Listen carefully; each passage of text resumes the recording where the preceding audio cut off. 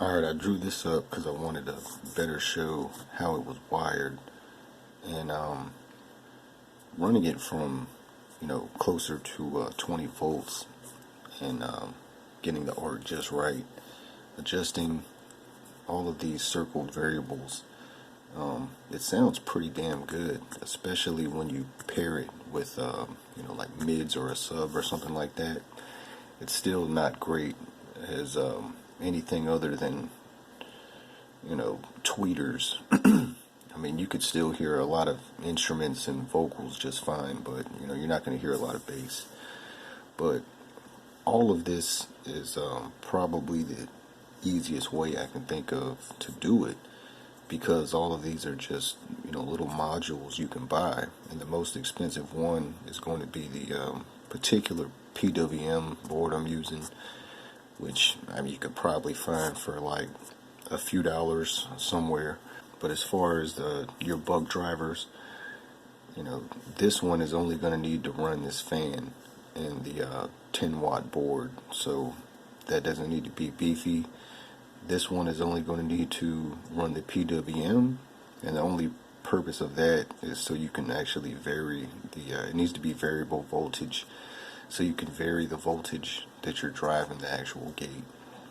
The LM386, that's super cheap, and that's got a volume control on it, and that in conjunction with the 5K trim on the output feeding the gate, that's going to more or less it's going to be battling the output of the PWM board, and that needs to be varied to change. It not only changes the output quality but the arc intensity, and depending on how you drive this, most of the time having the gain all the way up you're going to hear distortion.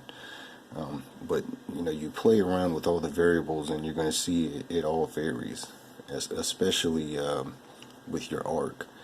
The problem I've had is pushing too big of an arc, too high of a voltage.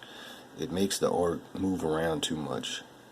So I haven't had much luck with cranking one more than 2 centimeters or so, but playing with the variables at that distance, I can get pretty good volume.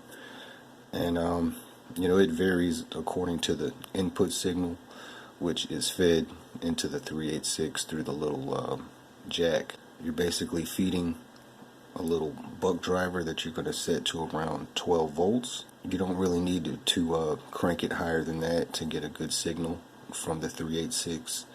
So that's good to also drive a fan that you're going to need to heat the MOSFET or cool the MOSFET, because it will get hot. Then you've just got your separate buck variable voltage to drive the PWM, which is, I've had the most luck with around 25 kilohertz, 60% duty cycle. And you want to be able to have this drive circuit create a nice clean arc, something that's going to pull 4 or 5 amps. But I was pretty impressed at the not only the volume and the quality I could get from this easy setup. The problem is recording it with any microphone I have. You'll notice a lot of times in the recordings it'll shift into some crazy sounding distortion, but it sounds the same to me the whole time in person. I'm just changing the volume up and down, so there's a lot of electromagnetic interference, I'd imagine, that goes on there. It makes it really hard to record like the actual fidelity of it, but there's times you can sort of hear it.